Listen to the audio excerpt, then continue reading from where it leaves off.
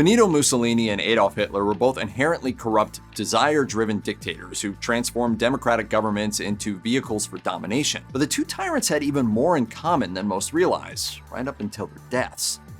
Benito Mussolini and Adolf Hitler were fascists who adopted state capitalism, whereby the state controls markets and owns the means of production. If that sounds a lot like communism, well, you're not wrong. Think of it a bit like modern China. You still have government control, but there is some freedom, for lack of a better word, with the production. Vladimir Lenin was more of a straight-up communist inspired by the political theories of Karl Marx. Marx himself never used the term state capitalism, but one could make the case that to a degree the Soviets used it, even if it was just in small doses with some power brokers. Mussolini adopted the same state capitalist model as Lenin, only with a bit more access for private business. This was the third way that would bridge an oppressive past with an idealized future for Italy. And per Economic Affairs, Hitler wound up admiring the same non-free market model. Moreover, Lenin, Mussolini, and Hitler were bound by the same self-satisfying lust for power masked as a path toward freedom. Lenin presented himself as a mythical leader who brutalized a segment of his society in order to prop up his nation's real people, just like Mussolini and Hitler. To Lenin, those real people were the working class. To Mussolini and Hitler, they were the true proud Italians and Germans who'd gotten the short end of the stick following World War I.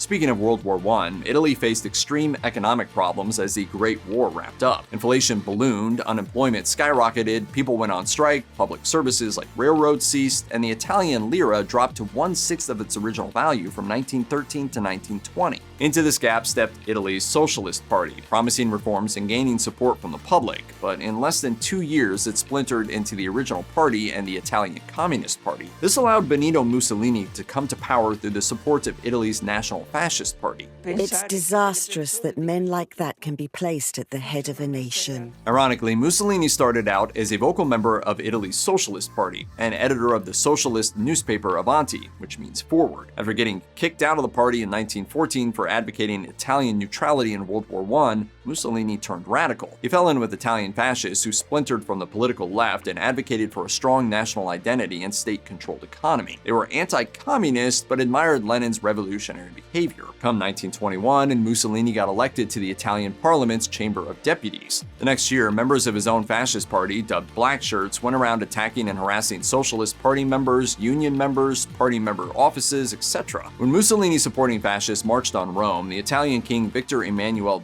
III dissolved the government and put Mussolini in charge of a brand new Mussolini-formed government.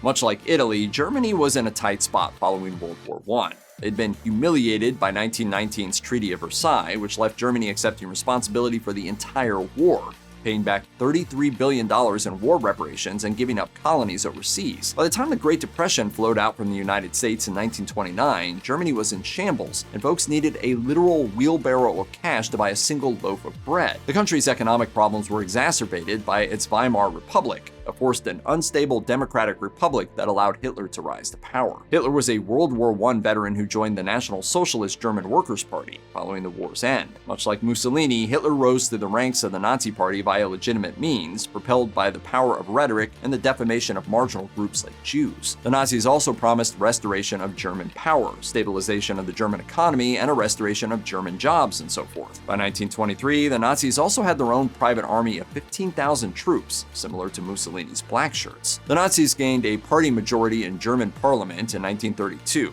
and Hitler became chancellor in 1933. Just like in Italy, an emergency situation hit when a communist supporter started a fire in Parliament's Reichstag building. The German president declared a state of emergency. Civil liberties were suspended, and Hitler gained absolute power.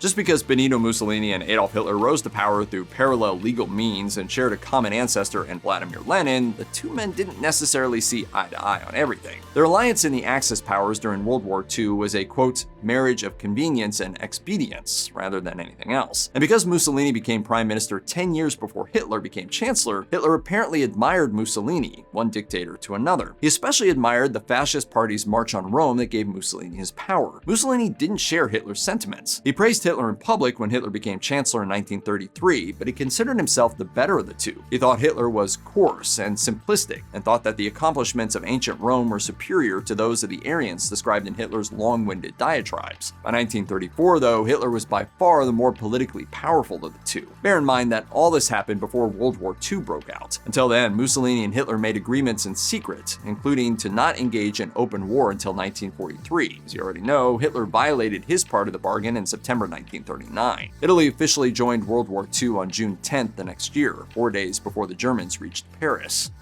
Hitler and Mussolini rose to power through similar means and similarly fell, but because Mussolini lacked Hitler's absolute governmental authority, he was vulnerable to legal recourse to remove him from power. And in 1943, a mere 3 years after Italy entered World War II and 4 years after Hitler started it, Mussolini was simply voted out of office. The Allies had already landed in Italy, and shortly after Rome itself was bombarded, Mussolini's Grand Council kicked him out. Mussolini's removal from the Italian leadership is complicated and mostly forgotten. Here's a brief summary. The Germans freed him from his Italian captors, and he became a puppet leader of an area in northern Italy known as the Salo Republic. Italy was basically in a civil war, with Allied troops also marching up the peninsula. The important part of this story is how Hitler essentially controlled Mussolini during this time and how they would remain linked. You probably know how that part of the story ends. Mussolini was executed by firing squad on April 28, 1945. The next day, his corpse was hung upside down in Milan for crowds to desecrate. The day after Mussolini died, and the day that he was hung upside down in Milan, Hitler married his mistress, Eva Braun. The next day, on April 30th, 1945, Hitler shot himself in the head. Germany had been on the losing side of the war, and Hitler had fled to a bunker in January that year to live out his final days. 8 days later, Germany surrendered. Ultimately, Mussolini and Hitler were tied together in origin and tied together in death.